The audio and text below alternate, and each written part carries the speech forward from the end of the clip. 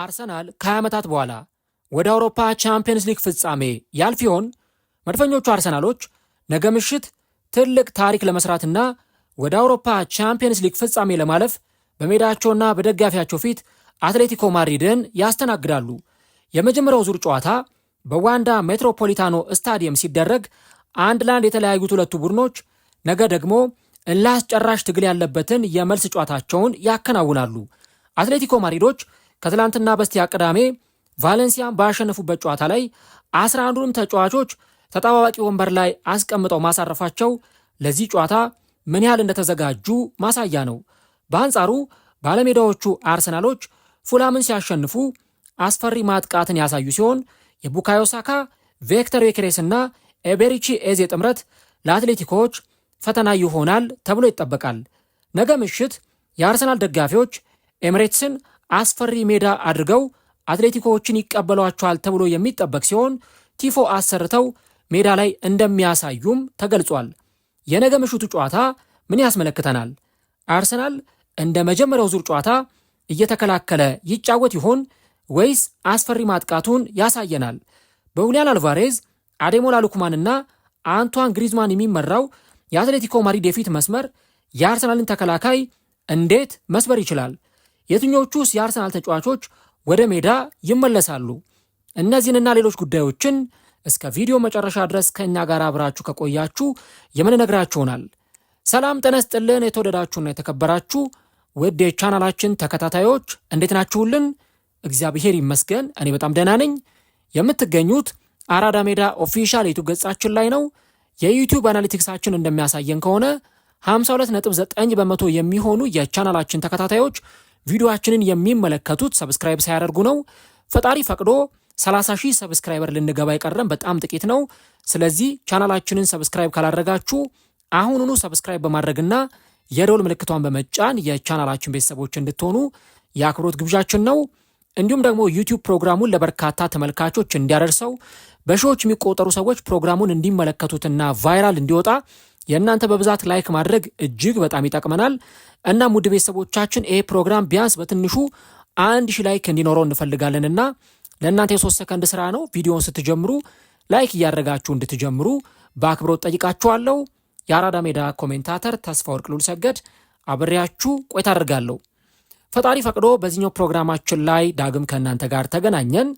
በዚህኛው ዝግጅታችን ደግሞ ነገ ምሽት በአውሮፓ ቻምፒየንስ ሊግ የግማሽ ፍጻሜ የመልስ ጨዋታ አርሰናል ከአትሌቲኮ ማድሪድ ጋር የሚያደርጉትን ጨዋታ በቅድመ ጨዋታ ዳሰሳ ትንታኔያችን የምንመለከተው ይሆናል ማለት ነው። እንግዲህ የነገ ምሽቱ ጨዋታ ለአርሰናል ደጋፊዎች እጅግ በጣም በጉጉት ሲጠበቅ የነበረ ምናልባትም ደግሞ ዓመቱን በሙሉ በቻምፒየንስ ሊግ ውድድር ላይ ለለፉት ልፋት ለደከሙት ድካም እንደ ሽልማት የሚቆጠር ጨዋታ ይሆናል ተብሎ ይጠበቃል። እንግዲህ በነገው ዕለት እንዲሁም ከነገ በስቲያ የአውሮፓ ቻምፒየንስ ሊግ የመልስ ጨዋታዎች ሲደረጉ አርሰናል ደግሞ ነገ በሜዳውና በደጋፊው ፊት አትሌቲኮ ማድሪድን ያስተናግዳል።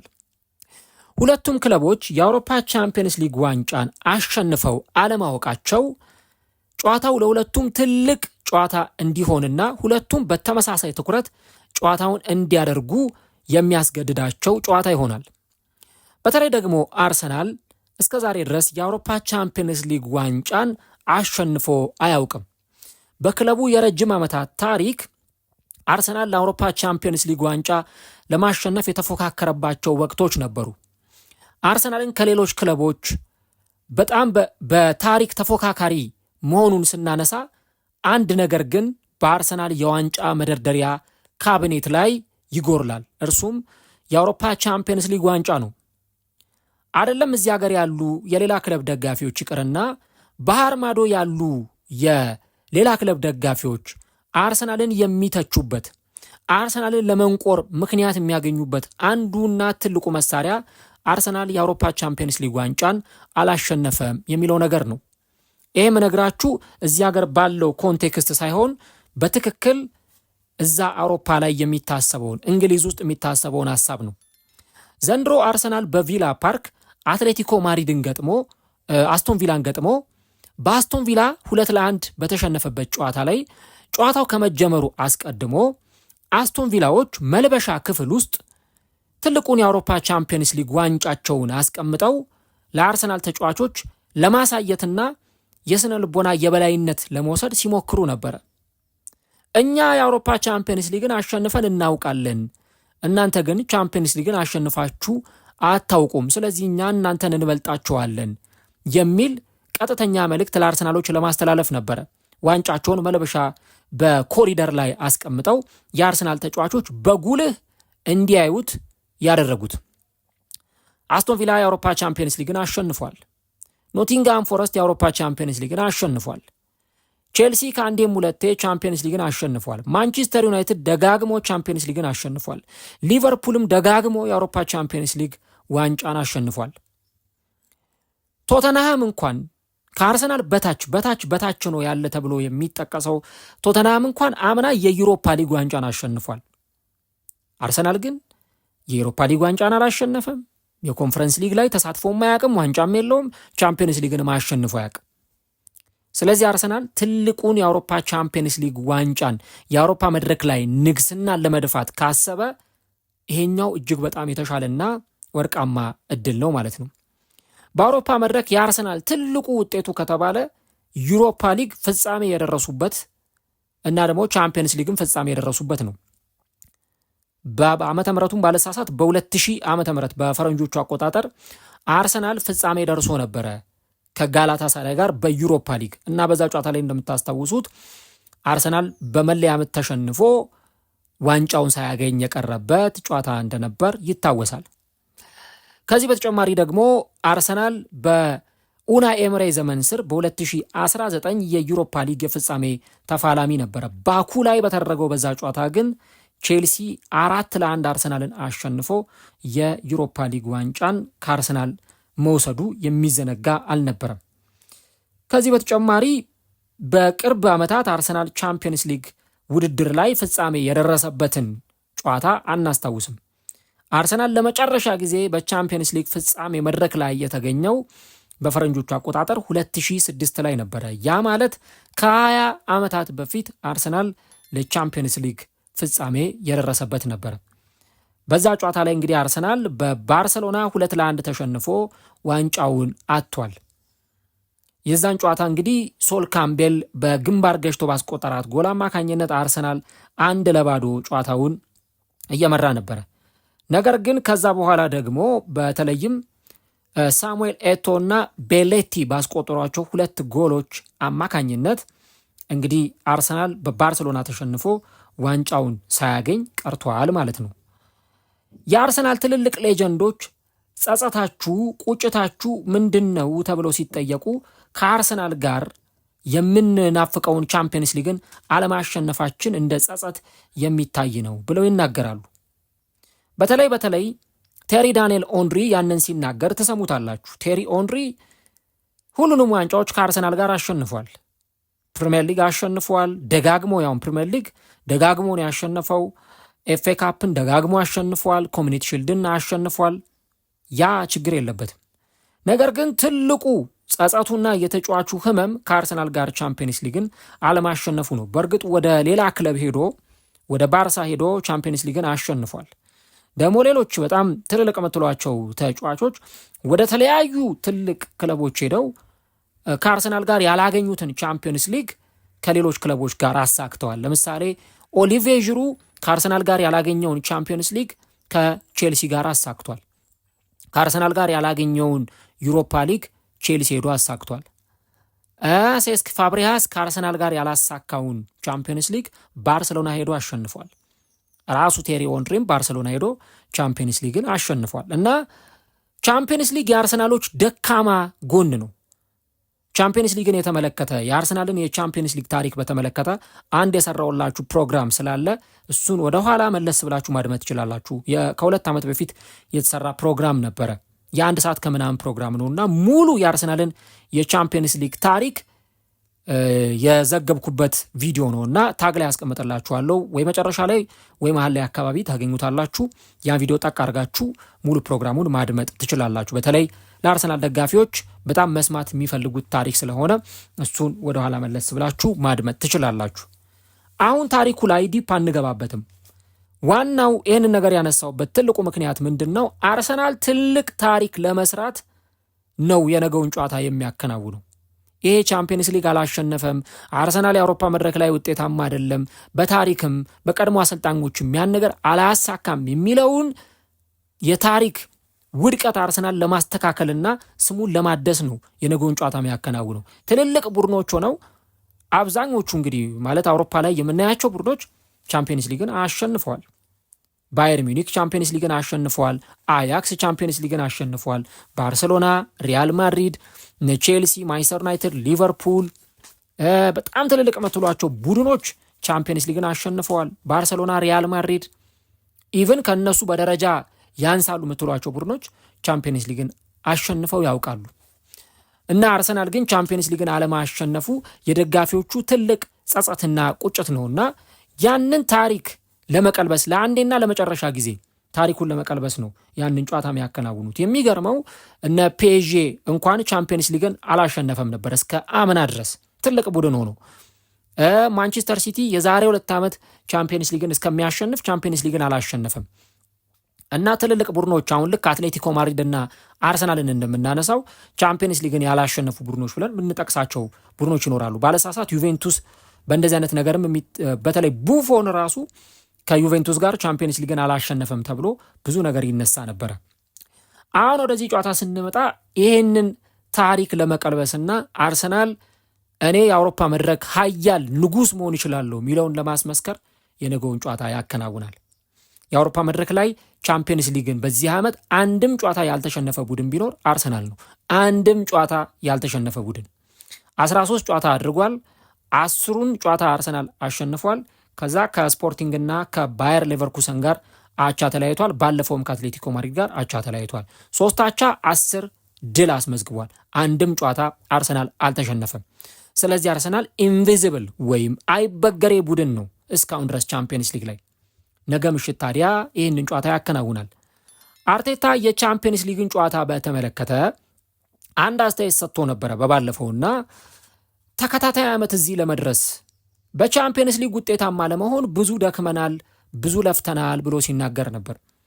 አርሰናል ካቻምና ሩብ ፍጻሜ ደርሶ ነው በባየር ሚኒክ ተሸንፎ ከውድድሩ የተሰናበተው። እንደምታስታውሱት የመጀመሪያው ዙር ጨዋታ 2-2 አለቀ ኤምሬትስ ላይ። ሳካና ትሮሳርድ ጎል አስቆጥረው ነበረ። በመልሱ ጨዋታ ላይ ጆሹዋ ኪሚክ ጎል አስቆጥሮ አርሰናል ከውድድሩ ተሰናብቷል።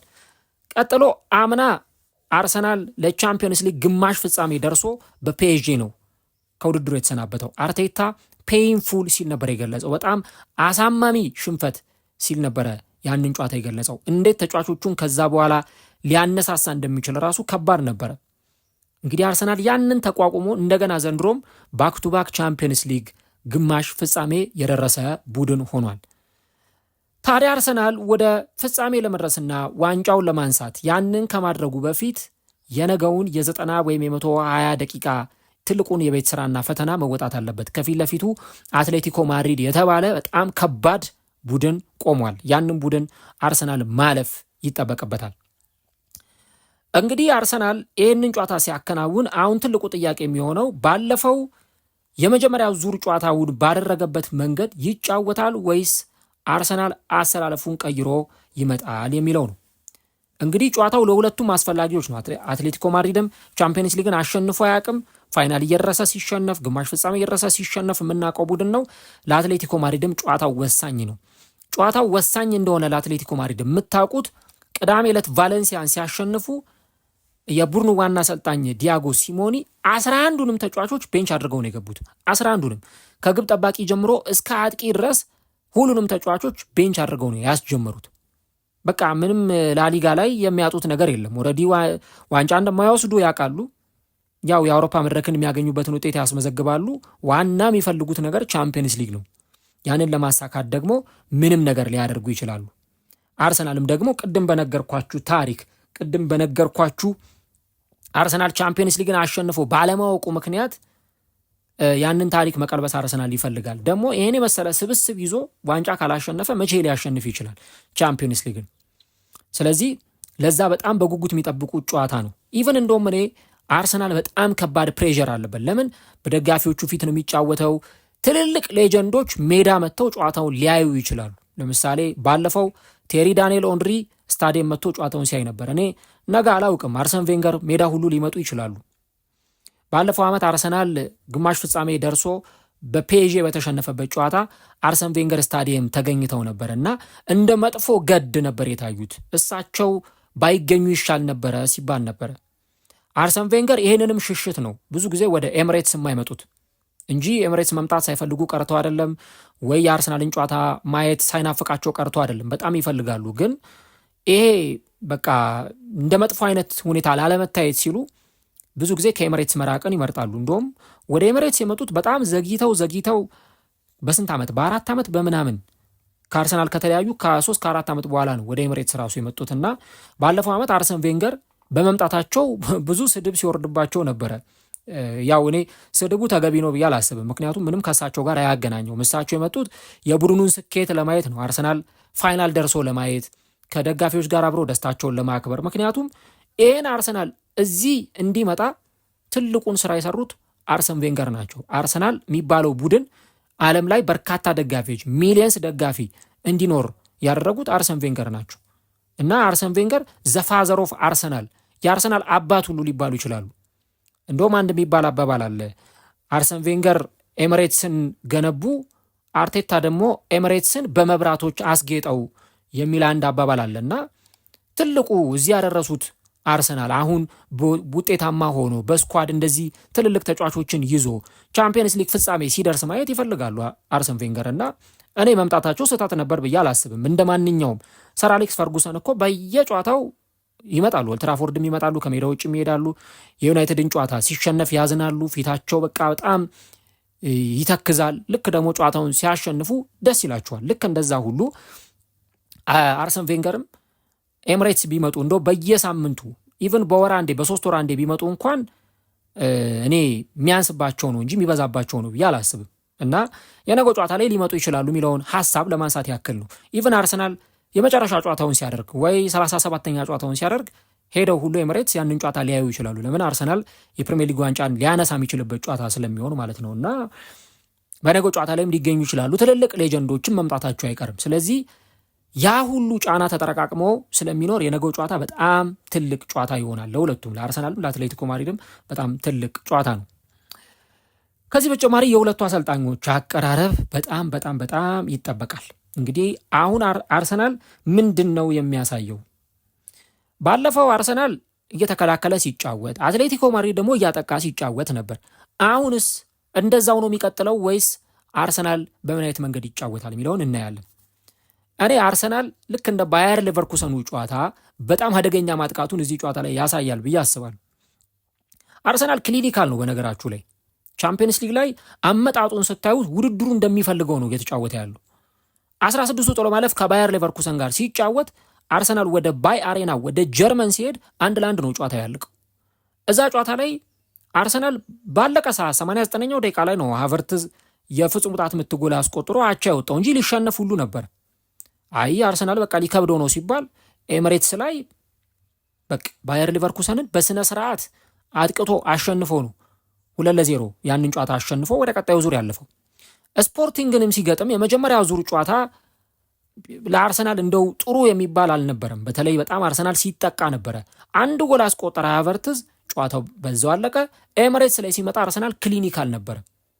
ጨዋታውን ማኔጅ አደረገ፣ ማጥቃቱና መከላከሉን ባላንስ አደረገ፣ ጎል ሳይቆጠርበት ወደ ግማሽ ፍጻሜ ደረሰ።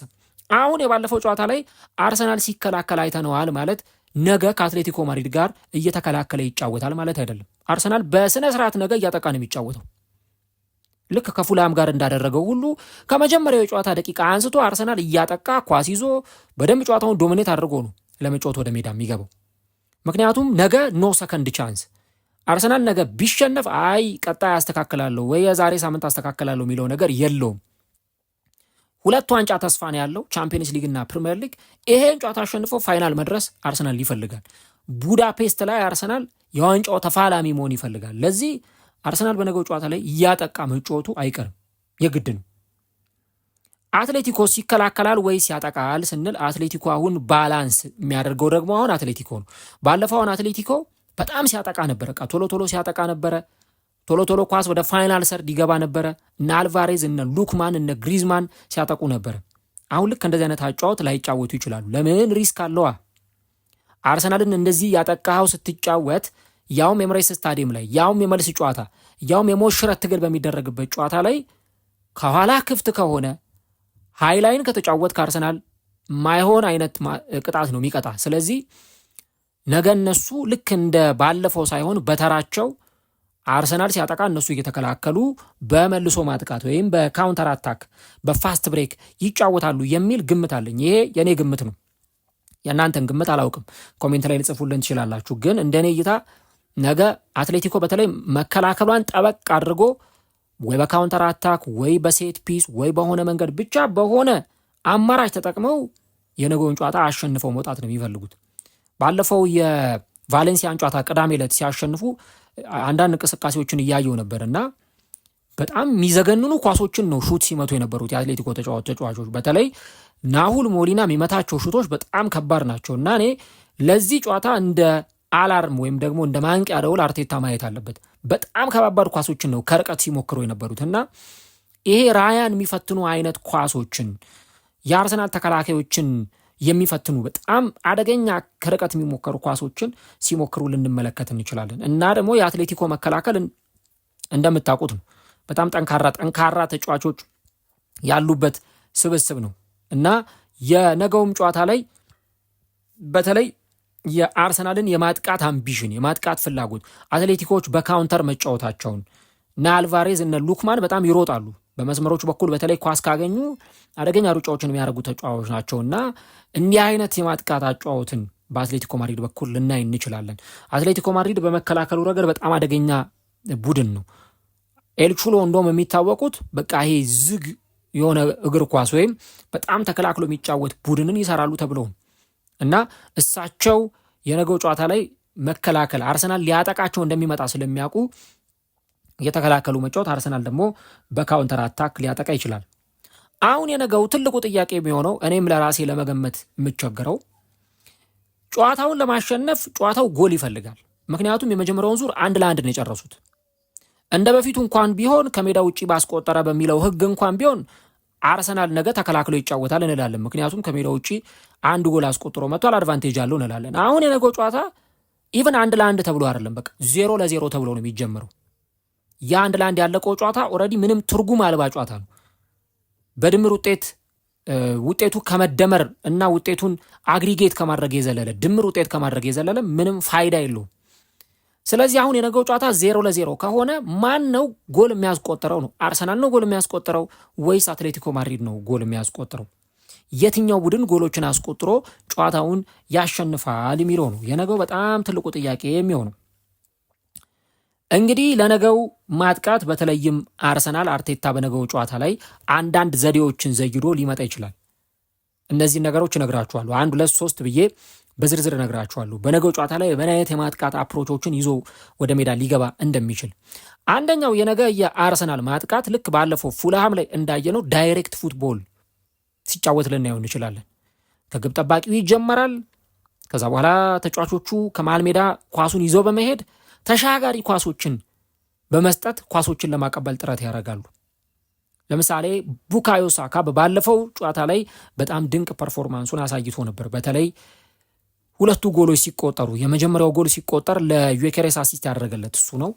ከዛ ቀጥሎ ደግሞ እንደዚሁ የሶስተኛውም ጎል ሁለተኛውም ጎል ሲቆጠር ከዩኬሬስ ጋር ኳሱን የተቀባበሉበት መንገድ እጅግ በጣም አስገራሚ ነበር። ስለዚህ ነገ እኔ የነዚህ የፊት መስመር ተጫዋቾች በተለይ ኤዜ፣ ሳካ እንዲሁ ደግሞ ዩኬሬስ፣ ማርቲኔሊ ነገ ይጀምራል ብዬ አስባለሁ። ያው ትሮሳርድ ባለፈው አብዛኛውን ደቂቃውን ተጫውቶ ነው ያሳለፈው። ማርቲኔሊን ቤንች አድርጎታል አርቴታ። ስለዚህ የነገው ጨዋታ ላይ እኔ ማርቲኔሊ ይጀምራል ብዬ አስባለሁ እና የነዚህ ተጫዋቾች ኮምቢኔሽን እጅግ በጣም ወሳኝ ነው የሚሆነው አርሰናል ለማጥቃት በግራም በቀኝም በሁለቱም ፍላንኮች በኩል የሚሮጡ ተጫዋቾች ዩኬሬስን የሚፈልጉ ለዩኬሬስ ኳስ በጣም የሚሰጡ ተጫዋቾችን ልናይ እንችላለን። በባለፈው እኮ የአርሰናል ማጥቃት በጣም ዝቅተኛ ነበር። ኢቨን አርሰናል ጎሉንም ያስቆጠረው በፍጹም ቅጣት ምት ነው። በእርግጥ አርሰናሎች የፍጹም ቅጣት ምት ተከልክለናል የሚል እይታ ነበራቸው። የኤቤሬቺዜ ያ የተጠለፈው ኳስ እንደዛም ሆኖ ግን አርሰናል በቂ የጎል እድል አልፈጠረም ነበር እዛ ጨዋታ ላይ እና አሁን ከዛ ተቃራኒ የሚሆን ነገር ነው ሜዳ ላይ የምናየው። በእርግጠኝነት አርሰናል በጣም እያጠቃ ሲጫወት ማየታችን አይቀርም። ለዚህ ደግሞ በጣም የተሻለ ፐርፎርማንስ ለማሳየት እነዚህ ተጫዋቾች ሜዳ ላይ ትልቅ አስተዋጽኦ ይኖራቸዋል ማለት ነው።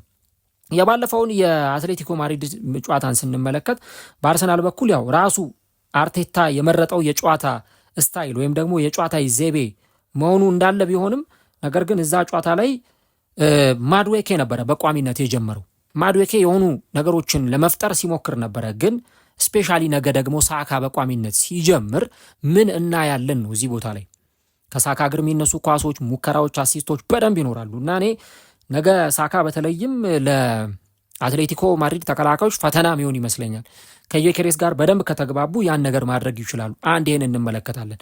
ሁለተኛ ለአርሰናል በጣም ትልቁ የጎል ማስቆጠሪያ መሳሪያ ይሆናል ብዬ የማስበው የሴት ፒስ አጨዋወቶችን ነው። በጣም የሴት ፒስ አጨዋወቶች ለነገው የአርሰናል ማሸነፍ በጣም ወሳኝ ናቸው። የማዕዘን ምት፣ የቅጣት ምቶችን አርሰናሎች በደንብ ነገ ተግባራዊ አድርገው ሜዳ ላይ ሲጠቀሙ ልንመለከት እንችላለን። አሁን ሳካ ተመልሶላችኋል። አስቡት፣ ሳካ የሚያሻማው የማዕዘን ምት እንዴት እንደነበር እናውቃለን። የዴክላን ራይስ የማዕዘን ምት እንዴት እንደነበር እናውቃለን። በጣም ጠንካራ የሆኑ የማዕዘን ምቶችን የሚያሻሙ ተጫዋቾች ናቸው። አሁን ደግሞ ጭራሽ አዲስ ቴክኒክ ጀምሯል። በመሬት ላይ ሁሉ ኳሶችን ሲጀምሩ እየተመለከትን ነው የምንገኘው እና ያ በጣም በጣም ጥሩ የሚባል የአርሰናል ሴት ፒሶች ነገ ተግባራዊ ሊደረግ ይችላል። ሶስተኛውና ምናልባት ለአርሰናል ጎል ማስቆጠር በጣም የተሻለ ብዬ የማስበው አማራጭ የካውንተር አታኮችን መጠቀም ነው። በተለይ ጨዋታው ጎል ሳይቆጠርበት 60 ደቂቃ፣ 70 ደቂቃ፣ 75 ደቂቃ የሚጓዝ ከሆነ አትሌቲኮ ማድሪዶች በጣም በከባድ ሁኔታ እያጠቁ መጫወታቸው አይቀርም፣ ወደፊት መውጣታቸው አይቀርም። የዛኔ አርሰናል በካውንተር አታክ ከባባድ ሩጫዎችን እያደረገ ጎሎችን ለማስቆጠር ሊሞክር ይችላል እና እነዚህ ሶስቱ መንገዶች የነገው የአርሰናል የጎል ማስቆጠሪያ መካኒዝሞች ሆናሉ ብዬ አስባለሁ። መዘንጋት የሌለብን አትሌቲኮ ማድሪድ ዘንድሮ ጎል የማይቆጠርበት ቡድን አይደለም። ዘንድሮ ባለሳሳት 7 ጨዋታ 3 ጎል ተቆጥሮባቸው ተሸንፈዋል፣ ወይም ከ3 ጎል በላይ በራሱ በአርሰናል ራሱ 4-0 ተሸንፈዋል እና ያን ነገር ስንመለከት በተለይ አርሰናል ልክ ኤምሬትስ ላይ 4-0 እንዳሸነፍበት አይነት የጨዋታ አፕሮች ከተከተለ በነገው ጨዋታ ላይ በደንብ ጎሎችን ሲያስቆጠር ልንመለከት እንችላለን እና ያንን እናያለን። በአንጻሩ በአትሌቲኮ ማድሪድ በኩል ያው ቅድም እንዳልኩት የመጀመሪያ የፋስት ብሬክ ወይም የካውንተር አታክ ማጥቃቶችን ሊጠቀሙ ይችላሉ። ካውንተር አታክ በነ አልቫሬዝ በነ ሉክማን አማካኝነት የሚደረጉ የፋስት ብሬክ ሩጫዎችን ልንመለከት እንችላለን። ባለፈው አትሌቲኮ ማድሪድን አንዱ የጎዳው ትልቁ ነገር ክሊኒካል አለመሆናቸው ነበር፣ ወይም ጨራሽ አለመሆናቸው ነበር። የግብ ዕድሎችን ያገኛሉ፣ ጥሩ ኳስ ይፈጠራል። ራያ በጣም ኮከብ ተጫዋች ነበር የዛ ጨዋታ። ስለዚህ የነገውም ጨዋታ ላይ በተለይ ደግሞ አትሌቲኮ ማድሪዶች እንዲህ አይነት አስቸጋሪ ኳሶችን ወደ አርሰናል ፋይናል ሰርድ ወደ መከላከል ዞኑ ኳሶችን ይዘው ሊገቡ ይችላሉ እና እኔ በተለይ ነገ ዳቪድ ራያ የተከላካዮቹን ብቃት በደንብ የሚፈተንበት ይሆናል ብዬ አስባለሁ እና እነዚህን ተጫዋቾች ማስቆም አትሌቲኮ ማድሪድ ጨዋታውን ማሸነፍና ወደ ፋይናል መድረስ ከፈለገ የሚያገኛቸውን የግብ ዕድል 2 የግብ ዕድል ያገኝ 3 የሚያገኛቸውን ቻንሶች መጠቀም ይኖርበታል እና ያንን በደንብ መመልከት ይጠበቅብናል እና አትሌቲኮ ማድሪድ ክሊኒካል መሆን የሚያገኛቸውን የግብ ዕድሎች በደንብ መጠቀም ያስፈልጋል። ባለፈው ከቫለንሲያ ጋር ሲጫወቱ ቅዳሜ ዕለት ለ73 ደቂቃ ጎል ለማስቆጠር ተቸግረው ነበር። ያው በቤንች ነው የገቡት፣ ግን በጣም ተቸግረው ነበር እና ያንን ነገር ማስተካከል ይጠበቅባቸዋል። በደንብ ቡድኑ ጎል ማስቆጠር እንደሚፈጥራቸው ጎል ዕድሎች ጎሎችን ማስቆጠር ይጠበቅበታል ማለት ነው። እዚህ ጨዋታ ላይ ሌላ አንድ ነጥብ እናነሳለን። እርሱም የአርሰናል መከላከል ጥብቅ መሆን አለበት። የነገው ጨዋታ ላይ ቅድም እንዳልኩት ለአርሰናልም ለአትሌቲኮም ኖ ሰከንድ ቻንስ፣ ቀጣይ ሳምንት አሻሽሏለሁ የመልስ ጨዋታ አለኝ የሚሉበት ጨዋታ አይደለም። አርቴታ ከባለፈው ጨዋታ የሚወስደው አንዱ ትልቁ ትምህርት የአትሌቲኮ ተጫዋቾች የሆኑ እድሎችን ካገኙ በፍጹም ወደ ኋላ አይሉም ያን እድል ከመጠቀም፣ ስፔሻሊ እነ አልቫሬዝ እነ ግሪዝማን። ስለዚህ ያንን ነገር በተመለከተ የነገው የአርሰናል መከላከል በጣም ጠበቅ ማለት አለበት። እኔ ለዛ ነው ባለፈውም ሳምንት ተናግሬዋለሁ። ጨዋታው ካለቀ በኋላ አርቴታ ዴክላን ራይስን እንደ አምስተኛ ተከላካይ አድርጎ ሲጠቀምበት ነበረ ከሳሊባ አጠገብ። ለምን ቤን ዋይት ኦቨርላፕ እያደረገ ይወጣል፣ ሂንካፔ ኦቨርላፕ እያደረገ ይወጣል። የነሱን ቦታ ማን ነው ሊሸፍን የሚችለው? ማጋሌሽ ራሱ ይወጣል በሃይላይን ሲጫወት። ስለዚህ ሳሊባ ብቻውን ስለሚቀር ዴክላን ራይስን እዛ ቦታ ላይ እንዲጫወት አርቴታ የጥንቃቄ ታክቲክን ሲጠቀም ነበር። አድንቄዋለሁ። በነገራችሁ ላይ አርቴታ በዛ ጨዋታ ላይ ዴክላን ራይስን በዛ መንገድ መጠቀሙ በጣም የሚደነቅ ነው። ልክ እንደ አምስተኛ ተከላካይ ነው የተጠቀምበትና አርሰናል በዛ ጨዋታ ላይ በተለይ እንደ 5-2-3 አይነት አሰላለፍ ነበረ ሜዳ ላይ ገብቶ ሲጫወት የነበረው። ራይስ አማካይ ነው እንደምናውቀው፣ ግን እንደ አማካይ ሳይሆን እንደ መሀል ተከላካይ ነው ሲጫወት የነበረውና ነገ እንዲህ አይነቱን ከፍተኛ ጥንቃቄ ማድረግ አለበት። ምክንያቱም አትሌቲ አንድ ጎል ቀድሞ ካገኘ ነገ አንድ ጎል ለምሳሌ በ10ኛው ወይ በ20ኛው ደቂቃ ላይ የሆነ ጎል ካስቆጠሩ ሆል ኦፍ ደ ጌም ማለት ይቻላል። ሙሉ ጨዋታውን እስከ 90 ደቂቃ ድረስ እየተከላከሉ ነው የሚጫወቱት። በቃ ለአርሰናል ስራ ነው የሚያደርጉበት ያንን ማጥቃት፣ ያንን የአትሌቲኮ መከላከልን ለማስከፈት። ከባርሰሎና ጋር እኮ ሲጫወቱ አይተናል። የመጀመሪያውን ዙር ጨዋታ 2-0 አሸንፎ መጣ። የመልሱ ጨዋታ ላይ ላሚን ያማል ገና ቀድሞ ነው ጎል ያስቆጠረው። ከዛ በኋላ ግን በቃ እንዴት ተከላክለው ሲጫወቱ እንደነበር አይታችኋል። ባርሳ በቀይ ካርድ ተጫዋች ወጥቶበት በጣም ተቸግሮ ነበር እና ያ እንዳይሆን የአርሰናል ተጫዋቾች በተለይ 45ቷን ደቂቃ መከላከሉ መጠንቀቅ አለባቸው። ሲያጠቁ መከላከሉ ላይም ማሰብ አለባቸው። ለምን ራያ አሁን ፕረስ ይደረጋል። አልቫሬስ ፕረስ ያደርገዋል። ሉክማን እነ ግሪዝማን ፕረስ ያደርጉታል፣ ይጠጉታል። ራያ ኳስ ሲይዝ ማንም የሚተወው የለም። እንደ ልቡ ኳስ አያቀብልም። አጠገቡ የሆነ ተጫዋች መምጣቱ አይቀርም እሱን ለመቀማት፣ ኳስ ለማስጣል፣ ከቻሉ እሱን ቀምተው ጎል ለማግባት። ስለዚህ በጣም የተቻለ አፕሮቾችን ማድረግ እና ከፊት እነ ማርቲኔሊና እነ ሳካ ፈጣን ሩጫዎችን እንዲያደርጉ ማድረግ፣ ኢቨን ራያ ሎንግ ቦሎችን እንዲጫወት ማድረግ ይጠበቅባቸዋል። መከላከሉ እጅግ በጣም ሲበዛ ጥብቅ መሆን አለበት። መከላከሉ ጠንካራ እንዲሆን አርቴታ ማድረግ አለበት። ነገ ሁለቱም ስህተት የሚሰሩ ከሆነ ዋጋ ይከፍላሉ። ባለፈው አሁን የአትሌቲኮ ማድሪዱ ተከላካይ ሃንኮ ማይሆኑ ስህተቶችን ሲሰራ ነበረ። መጀመሪያ ዮኬሬስ ላይ ጥፋት ሰራ፣ ፔናልቲ ተሰጠ። ቀጥሎ ደግሞ እንደገና ኤዜ ላይ ጥፋት ሰርቶ ተሻረ እንጂ ፍጹም ቅጣት ምት ተሰጥቶ ነበር። በአርሰናል በኩል ቤን ዋይት በእጁ ኳስ ሲነካ አይተናል። ስለዚህ ነገ ስህተት በፍጹም አይፈቀድም። በሁለቱም በኩል መከላከላቸው በጣም ጠንካራ መሆን ይጠበቅበታል እና የነገው ጨዋታ ላይ ይህንን ነገር በደንብ እንመለከታለን። እኔ አላቅም እንግዲህ ክርስቲያን ሞስኩዌራን ነገ ሊያስጀምረው ይችላል። ያው የቤን ዋይት ሰሞንኛው ነገር ትንሽ ጥያቄ የሚነሳበት ነው እና ቤን ዋይትን በነገው ጨዋታ ላይ ከማስገባት ይልቅ ሞስኩዌራን ሊመርጥ ይችላል። ሌላው በዚህ ጨዋታ ላይ የምንመለከተው የትኞቹ ተጫዋቾች በአርሰናል በኩል ይመለሳሉ፣ የአትሌቲኮ ማድሪድስ የሚለውን እንመለከታለን። ከዛ በፊት ግን እስቲ እናንተ ስለዚህ ጨዋታ ምን ትላላችሁ? እስካሁን ካወራሁት ነገር በመነሳት ማን የሚያሸንፍ ይመስላችኋል የሚለውን ኮሜንት ላይ ሀሳባችሁን ጻፉ። ላይክ ካላደረጋችሁ አስታውሱና 3 ሰከንድ ወስዳችሁ ቪዲዮን ላይክ አድርጉና ትንታኔውን መስማታችሁን ቀጥሉ።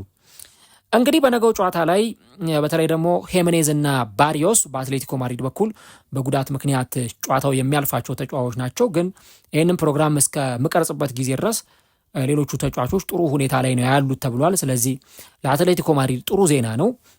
ለአርሰናል ጥሩ ዜናም አለ፣ መጥፎ ዜናም አለ። ጥሩ ዜናው ምንድን ነው?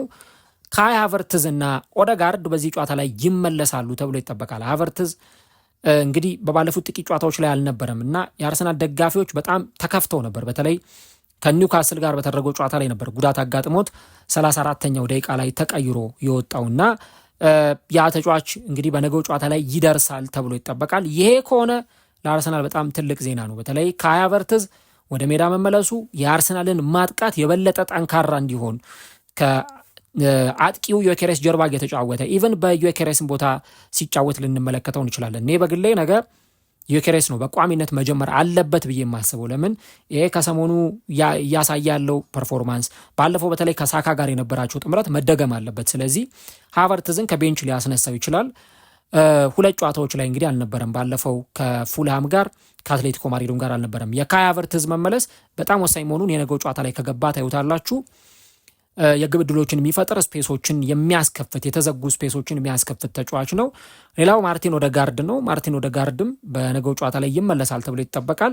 እኔ አሁንም ኤዜን ነው በቋሚነት የምመርጠው። ከዛ ግን ቀይሮ ሊያስገባው ይችላል ኦዴጋርድን እና የእነዚህ ተጫዋቾች መመለስ በተለይ የኦዴጋርድና የካይ ሃቨርትዝ መመለስ አርሰናልን በማጥቃት ረገድ የተሻለ ያደርገዋል። አሁን አትሌቲ ቤት ስታዩ በተለይ አማካይ መስመሩ በጥራት ረገድ ካየነው የአርሰናል በጣም የተሻለ ነው። አሁን ካይ ሃቨርትዝ፣ ኤዜ፣ ትሮሳርድ፣ ማርቲኔሊ፣ ማድዌኬ፣ ሳካ፣ ዩኬሬስ፣ ጋብርኤል ሄሱስ አስቡት። አርሰናል ነገ ጎል ከፈለገ በቃ ሁሉንም አማራጮች በሙሉ ሜዳ ላይ የቀየረን በቋሚነትም ሊጠቀም ይችላል እና የነገው ጨዋታ ላይ በተለይ አንዱ የምንመለከተው ትልቁ ነገር የእነዚህ ተጫዋቾች መመለስ ነው። በተለይ የካይ ሃቨርትዝ መኖር፣ ኤዜ፣ ኦዴጋርድ የእነዚህ ተጫዋቾች መኖር በጣም የተሻለ ይመስለኛል። መጥፎ ነገሩ ግን ቲምበር አሁንም ለነገው ጨዋታ ዝግጁ አይመስልም። እንግዲህ በኋላ በእርግጥ አርቴታ መግለጫ ስለሚሰጥ እንሰማለን ምን አይነት ነገር እንዳለ።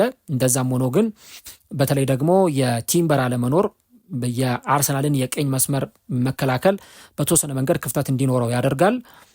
ሜሪኖም ያው የነገው ጨዋታ ላይ አይኖርም። ከዛ ውጭ ግን ሙሉ የአርሰናል ስብስብ በጤንነት ሆኖ ጨዋታውን ያከናውናል። ሌላ ማንዘነጋው አርሰናል ነገ በሜዳው ትልቅ አድቫንቴጅ የሚያገኘው ከደጋፊዎቹ ጋር መጫወቱ ብቻ ሳይሆን ባለፈው የአትሌቲኮ ማድሪዱ ጨዋታ ላይ እንደምታስታውሱት ሳሩ በጣም ነው የሚያንሸራትተውና እነ ሂንካፔ ምናምን ሲወርቁ ስናይ ነበረ እና አርሰናሎች እንደውም ሳሩ እርጥበታማ ነው፣ ሳሩ በደንብ አልተከረከመም ብለው ቅሬታ ሲያቀርቡ ነበረ እና አሁን ግን በሜዳቸው ይህንን ጨዋታ ማከናወናቸው የበለጠ ይጠቅማቸዋል። በእርግጥ ዩኬሬስን ባለፈው ከቦርንመዝ ጋር ሲጫወቱ የኤምሬትስ ሳር እንዳልተመቸው ሲናገር ነበርና ግን ያው በሜዳቸው መጫወታቸው ይህን ነገር ሊያስቀርላቸው ይችላል ተብሎ ይጠበቃል። ከዛ ውጪ በአትሌቲኮ ማድሪድ በኩል ምን አይነት ጠንካራና ደካማ ጎን አላቸው የሚለውን ስናይ ያው በቃ መከላከላቸው በጣም ጠንካራ ነው፣ ጥብቅ ነው። ግን ደግሞ ያን ስንል ጎል የማይቆጠርበት ቡድን ነው ብለን አንናገርም እና አትሌቲኮ ቅድም እንዳልኳችሁ በጣም ፕረስ ከተደረገ በሃይ ፕረስ ተጋጣሚው የሚያጠቃ ከሆነ ጎል ሊቆጠርበት የሚችል ቡድን ነው። ስለዚህ አርሰናል በተለይም ይህንን የማጥቃት አጫወት ነገ ከተገበረ የአትሌቲኮ ማድሪድ መከላከል በጣም ሊፈተን ይችላል። ባለፈው አርሰናል ብዙ የጎል ዕድል አልፈጠረም። እንደውም ሁለተኛው አጋማሽ ላይ የሞስኬራን 83ኛው ደቂቃ ላይ የሞከራትን ኢላማውን የጠበቀ ኳስ ያየ ነው እንጂ ከዛ በስተቀር ግን ኢላማውን የጠበቀ ሙከራ እንኳን አርሰናል ለማድረግ እዛ ጨዋታ ላይ በሁለተኛው አጋማሽ በጣም ተቸግሮ ነበር። ነገር ግን ተገላቢጦሽ ሊሆን ይችላል እና የአትሌቲኮ ማድሪድ መከላከል እናያለን። ያው እነ ማርክ ፑቢል እነ ዳቪድ ሃንኮ በተለይ ሃንኮ በጣም ለስተቶች ተጋላጭ የሆነ ተጫዋች ነው። ማቴዎ ሩጄሪ እና ሊዮሬንቴን እናያለን የነገው ጨዋታ ላይ። ከዛ ውጭ ግን የተከላካይ መስመር ተጫዋቾቹ እንዳሉ ሆነው አማካዩና አጥቂ መስመሩ ደግሞ በጣም ተናቦ የሚጫወት ቡድን ነው። ኮኬ ልምድ ያለው ተጫዋች ነው። ጁሊያኖ ሲሞኒ አይነት ተጫዋቾች በዚህ የአማካይ መስመር ላይ ይገኛሉ። ኢቭን ሊዮሬንቴ ከፉል ባክነት የራይት ባክ ተጫዋች ነው እና ከቀኝ ተመላላሽነት መጥቶ ወደፊት ሲጫወት እንመለከታለን። ባለፈው እንደውም የፍጹም ቅጣት ምት ያሰጠው እሱ ነበረ።